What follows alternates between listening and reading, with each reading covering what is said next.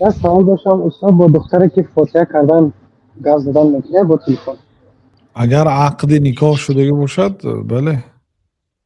عقد نکاح به معنی که مثال پدری کلینت در حضور اون مهمان ها به پدری شما گفتگیان که ها دختر ما دادیم، یعنی عقد شدگی هست. روزی شدگی هم داشت و رفتگی هم بله گفتگی هم روی به نزدیکی عقد توی هم. شدگی هست. عقد نکاح همون نان و قند میگن بعضی ها، یعنی معناش عقد نکاح. یا ایها الذین آمنوا اوفوا بالعقود. الله تعالی میگه که اونایی که ایمان آوردید به عقد ها وفا کنید. دخترتون دهید دادیم گفتیم نه عقد شد، نکاح شد.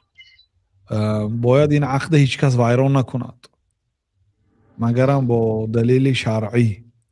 یعنی عقدها و باید ما وفا کنیم. عقد که شد باید حتما همین زن خانه‌دار شوید.